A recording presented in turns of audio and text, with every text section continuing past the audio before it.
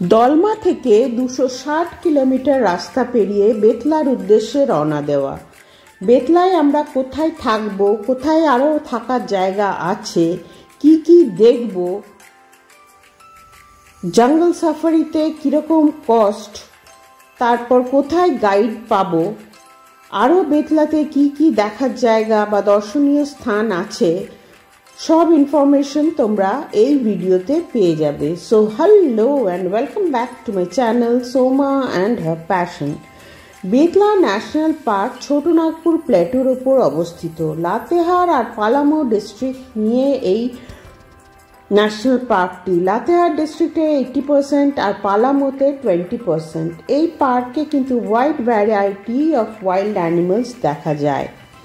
আমরা পৌঁছে গেলাম আমাদের ডেস্টিনেশন, যেখানে আমরা থাকবো ঝাড়খণ্ড ট্যুরিজমের আন্ডারে বনবিহারে। বনবিহারে আগে আমরা চেক ইন করলাম। তো বনবিহারটা আগে তোমাদের পুরো হোটেলটা বা পুরো গেস্ট হাউসটা ভালোভাবে দেখিয়ে তারপর আমরা রওনা দেব ন্যাশনাল পার্কের উদ্দেশ্যে। দেখো, বাংলা হরফে লেখা আছে হোটেলের নাম, বেশ ভালো লাগলো, বাঙালি তো আফটার অল। যখন সবাই ব্যস্ত হোটেলে ফর্মালিটিস ছাড়তে, তখন আমি বাইরেটা ঘুরে দেখলাম। সুন্দর একটি বাগান, children's park, car parking area, বসার জায়গা, ওপেন জিম, এই নিয়ে ঠিক হোটেলের সামনেটা। আর একদম গেটে ঢোকার মুখে তৈরি হচ্ছে কিছু কটেজ, মডার্ন কটেজ বলাই যেতে পারে, যেটা থাকার বা দেখার সৌভাগ্য আমার হলো না, কারণ এটা এখনো ওপেন হয়নি। তো সামনে থেকেই ভিউটা নিলাম, ইচ্ছা করলো একটু দেখার, উকিঝুঁকি মারলাম, কিন্তু কিছুই দেখতে পেলাম না।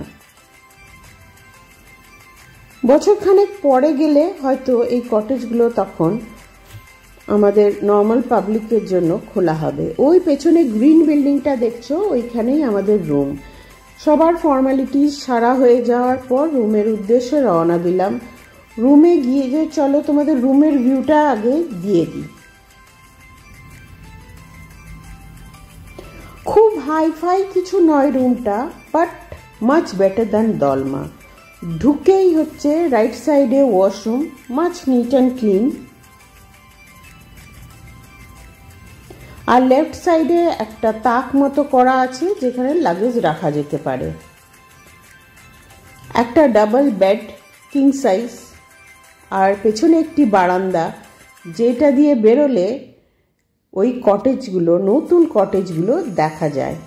এরপর রওনা দিলাম ন্যাশনাল পার্কের উদ্দেশ্যে। আমরা ইভিনিং স্লটটা বুক করেছিলাম।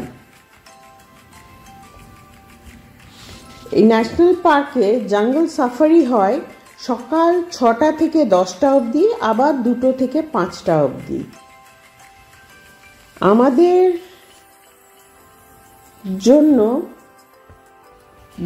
একটি ব্ল্যাক স্করপিও দেওয়া হলো, যেটা করে আমরা জঙ্গল সাফারি করব। গাড়িটার জন্য আমাদের লাগলো 900 টাকা আর পার হেড 50 রুপিস। গাড়িতে ছিল একটি ড্রাইভার আর একজন গাইড। এখানে বলে রাখি যে এই জঙ্গলের ভেতরে 5টা রিং রোড আছে। দেখা পেলাম এই বন্য শেয়ালটির, ছটফট করছিল, আমাদের গাড়ি দাঁড়িয়ে গেল, তারপর ওরা নিজেদের মতো সরে যেতে গাড়ি আবার এগিয়ে গেল। 5টি রিং রোডের মধ্যে টোটাল ডিস্টেন্স হচ্ছে 25 কিলোমিটার, যেটা পুরো সাফারি করতে লাগবে 2 ঘন্টা। কিন্তু জঙ্গল সাফারির টাইম হচ্ছে 1 আওয়ার, তাই সব কটা রিং রোড কিন্তু আমরা ঘুরলাম না। এই পুরো পার্কটার এরিয়া হচ্ছে 1026 কিলোমিটার। তার মধ্যে বাফার এরিয়া, মানে যেখানে আমরা ঘুরবো, সেটা হচ্ছে 226 স্কোয়ার কিলোমিটার। দেখা পেলাম বেশ কিছু ময়ূরের আর বেশ কিছু হরিণের, কিছু বন্য শুয়োরও দেখতে পেলাম। 800 স্কোয়ার কিলোমিটার হচ্ছে কোর এরিয়া, যেখানে কোনো জঙ্গল সাফারি হয় না। শুনতে পেলাম যে গাইড ছিল, উনি বললেন যে এখানে 2টি রয়্যাল বেঙ্গল টাইগার আছে, 13টি চিতা আছে, 12,000 হরিণ আছে, বেশ কিছু ময়ূর আছে, আর হনুমান তো আছেই। তবে এই রয়্যাল বেঙ্গল বা লেপার্ড এরা কিন্তু মানে খুব একটা অ্যাটাক করে না, অ্যাটাক করে এলিফ্যান্টসরা এইখানে ডেঞ্জারাস। তবে সব এলিফ্যান্টস নয়, কিছু এলিফ্যান্টস আছে যারা অ্যাটাক করার মুডেই থাকে, আর যখন ওরা অ্যাটাক করবে তার আগে নাকি ওদের কানগুলো সোজা হয়ে যায়।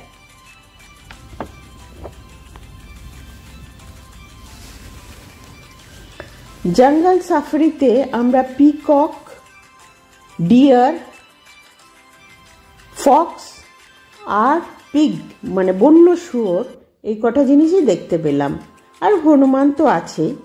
এরপর পুরো মানে যতটা 1 আওয়ারে ঘোরা যায় ঘুরে আমরা হোটেলে ব্যাক করলাম। ইভিনিংয়ে একটু ইভিনিং ওয়াক করতে বেরোলাম, ঠিক পার্কের সামনে মানে ন্যাশনাল পার্কটার সামনের ভিউটা এইরকম। ন্যাশনাল পার্ক থেকে 5 মিনিটের ডিস্টেন্স হচ্ছে আমাদের বন বিহার হোটেলটা।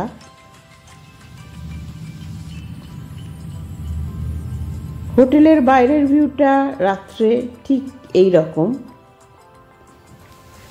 তারপর আমরা ডাইরেক্ট চললাম হোটেলের ভেতরে ডিনার করতে। ডিনার তখনও সার্ভ হয়নি, তো চলো তোমাদের ডাইনিং হলটা একটু দেখিনি। লবিটা তো সত্যিই খুব সুন্দর, সন্ধ্যেটা খুব ভালোভাবে কাটবে এই লবিতে যদি তোমরা গ্রুপে যাও। ডাইনিং হলের পেছনে দেখা যাচ্ছে কিচেনটা, আর ডাইনিং হলটা খুব নিট অ্যান্ড ক্লিন। রাত্রেবেলায় ডিনার সেরে পরের দিন সকাল সকাল উঠে আমরা আবার বেরিয়ে পড়লাম পালামৌ ফোর্টের উদ্দেশ্যে। পালামৌ ফোর্ট যাওয়ার পথে পড়ল কমলদাহ তালাব। এখানে কি কি দেখার আছে তার একটা লিস্ট, মানে বেতলা গেলে কি কি দেখতে পাবে তার একটা লিস্ট আমি এখানে দিয়ে দিলাম।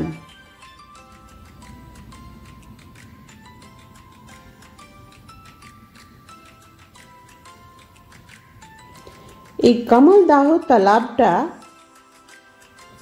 একটি বিশাল জলাশয়, যার জলটা নাকি সারা বছর শুকোয় না। এর পাশে একটি ওয়াচ টাওয়ারও আছে। শোনা যায় এখানে বসে থাকলে মানে তুমি যদি you can spend a day here, তাহলে বন্য জন্তু জানোয়ারের দেখা পাওয়াও যেতে পারে, কারণ এখানে অনেক বন্য পশু আসে জল খেতে।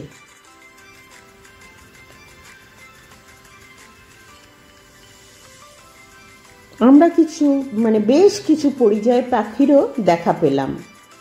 টাওয়ারে উঠে চারদিকটার ভিউ নিয়ে আমাদের গাড়ি রওনা দিল পালামৌ ফোর্টের উদ্দেশ্যে। যেহেতু আমরা সকাল সকাল বেরিয়েছিলাম তাই সবকটা স্পটই খুব ফাঁকা, তখনও টুরিস্ট আসেনি।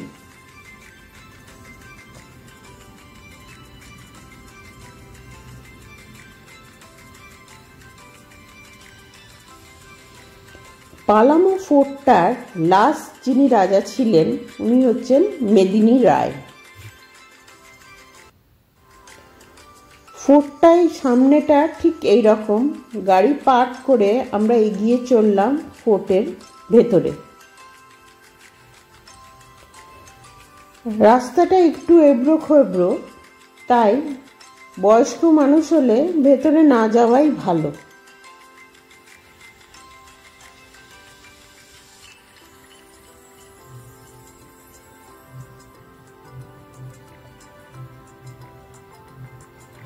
ওপরে উঠতে গেলে বেশ কিছু সিঁড়ি দিয়ে উঠতে হবে। সিঁড়িগুলো কিন্তু বেশ হাইট আছে, মানে ধাপগুলোর বেশ হাইট, কোনোটা 1 ফুট বা বেশিও হতে পারে, আবার কোনোটা একটু কমও হতে পারে। তো বেশ ধরে ধরে ওঠা, কারণ পাশে ধরার কিছু নেই, তাই সাবধানে উঠতে হবে। এখানে বলে রাখি, বেতলা যেতে গেলে ডাল্টনগঞ্জ স্টেশনে নামলে বেতলা হবে 25 কিলোমিটার্স, মানে ডালটনগঞ্জ স্টেশন থেকে বেতলা 25 কিলোমিটার্স।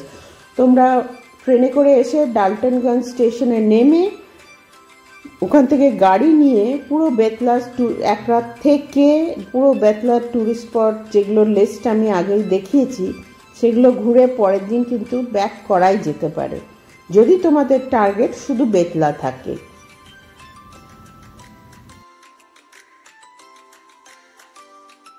এই ফোর্টটির খুব কাছেই আছে মেদিনী রায়ের ছেলের ফোর্ট, কিন্তু ওই ফোর্টটিতে ওপরে ওঠার জন্য ট্রেক করে উঠতে হবে, কোনো সিঁড়ি নেই, আর রাস্তাটাও খুব একটা ভালো নয় ট্রেকের জন্য।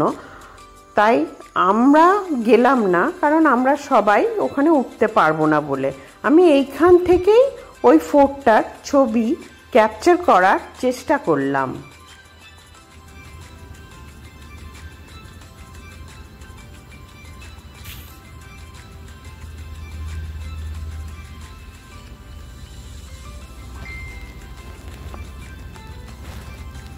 ওই যে দূরে ফোর্টটি দেখা যাচ্ছে। চলো এবার गाइडर मुख থেকে কিছু কথা শুনি। ये फोर्ट का 600 वर्ष हो गया।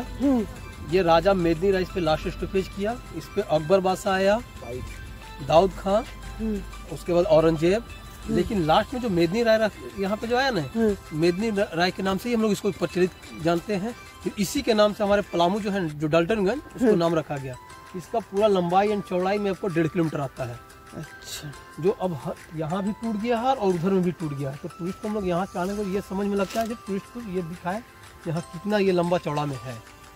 इधर में आपको औरंगा नदी हो गई, ये सामने जो है ना, ये आपको औरंगा नदी। अच्छा,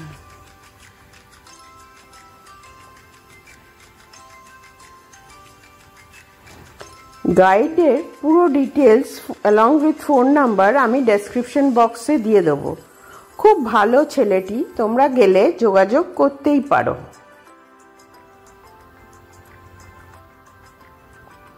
ওপর থেকে ফোর্টটি দেখে আমরা এবার নিচের দিকে গেলাম। প্রথমেই দেখলাম টেম্পল এরিয়া, মানে যেখানে প্রেয়ার হতো।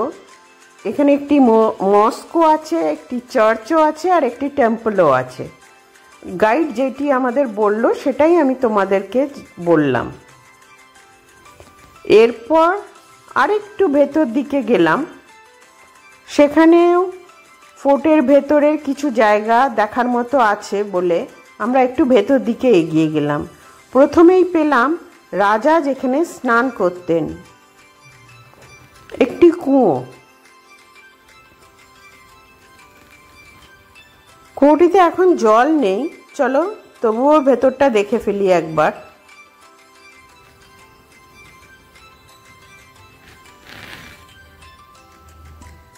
সম্পূর্ণ শুকনো।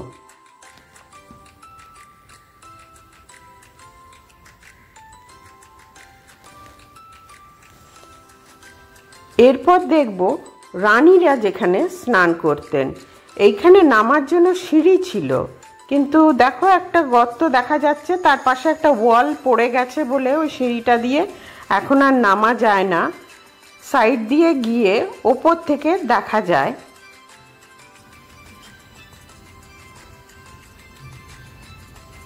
আমরা সাইড দিয়ে গিয়ে ওপর থেকে জায়গাটা দেখার চেষ্টা করলাম।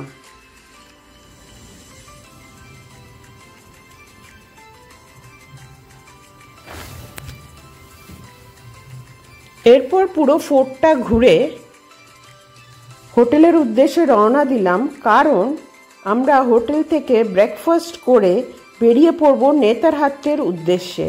যাব একটু ঘুরে পথে, কারণ আমরা দেখব কিছু দর্শনীয় স্থান। So stay in touch with Soma and have passion. See you all my friends and love you all. Bye.